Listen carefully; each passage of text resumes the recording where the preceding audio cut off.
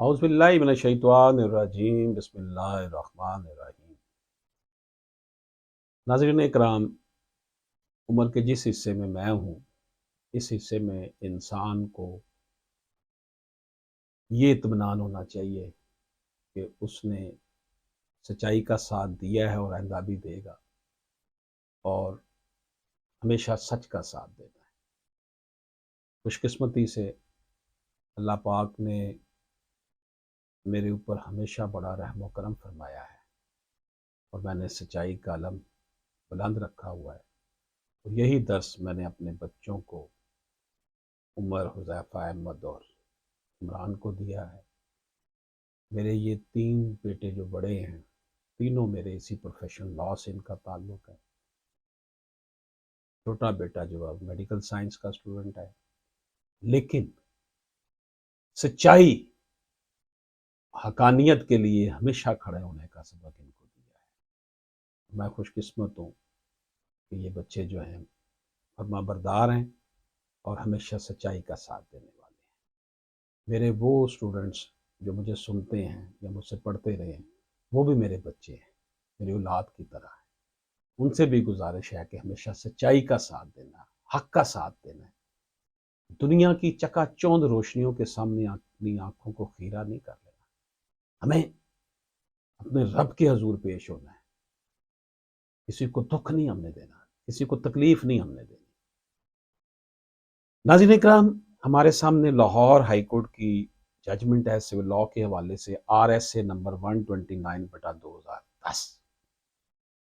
Title اس کا ہے Muhammad Yousaf deceased through legal relations versus Naila Shaheen and others, اور RSA نمبر 129/2010 ہے۔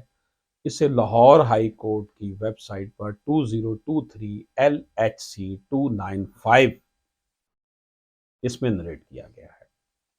ناظرین اکرام، اس میں جو ایشو ڈسکس ہوا ہے، اور یہ آنریبل جسٹس شاہد بلال حسن صاحب کی ججمنٹ ہے، سول لاء کے حوالے سے ان کی ججمنٹس جو ہے وہ انقلاب آفرین ہیں، اور مجھ جیسے طالب علموں کے لیے بہت فائدہ ہے اس میں۔ Court is under obligation to amend or frame additional issues after submission of amended plaint and written statement۔ یہ ہے جی اس میں ایشو کہ جو عدالت ہے اس کے اوپر لازم ہے کہ جب ترمیم شدہ دعویٰ عدالت میں دائر کیا جائے اور پھر ترمیم شدہ اس کا جواب آئے، تو پھر عدالت کی یہ ذمہ داری ہے کہ وہ ایڈیشنل ایشو فریم کرے، یا جو ایشو فریم کیے گئے ہیں ان میں ترمیم کریں، ان کو امینڈ کریں۔ جب ترمیم شدہ دعویٰ اور ترمیم شدہ جواب دعویٰ عدالت میں داخل کیے جائیں تو عدالت کی ذمہ داری ہے کہ وہ ایشو فریم کرے، یا نئے ایشو فریم کرے، یا ایشو میں ترمیم کرے۔ اس حوالے سے ناظرین کرام، ہمارے سامنے جو ریفرنس ہے اس کیس میں آنریبل جسٹس شاہد بلال حسن صاحب نے دیا ہے، یہ 19/1/2023 کو کیس سنا گیا تھا۔ اس میں انہوں نے ریفرنس دیا ہے 1987 SMER 1365 کا، 2003 CLC 1139 کا، 2002 CLC 1085 کا۔ یہ انہوں نے اعلیٰ عدلیہ کے فیصلہ جات کا ریفرنس دیا ہے۔ اور اسی طرح ناظرین اکرام، اس میں آنریبل جسٹس صاحب نے جو جن یہاں پر سول پروسیجر کوڈ کا جو استعمال کیا گیا ہے اس کا ذکر انہوں نے کیا ہے، وہ ہم آپ کی خدمت میں پیش کرتے ہیں۔ یہ ہے جناب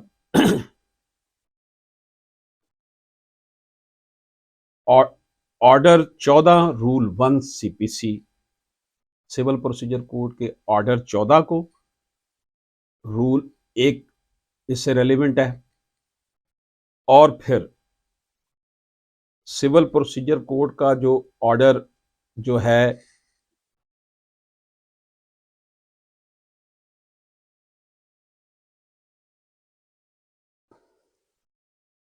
18 رول 2 اس کے اندر ڈسکس ہوا ہے. اسی طرح آرڈر 20 رول 5 اس میں ڈسکس ہوا ہے. اسی طرح اس میں جو ہے آرڈر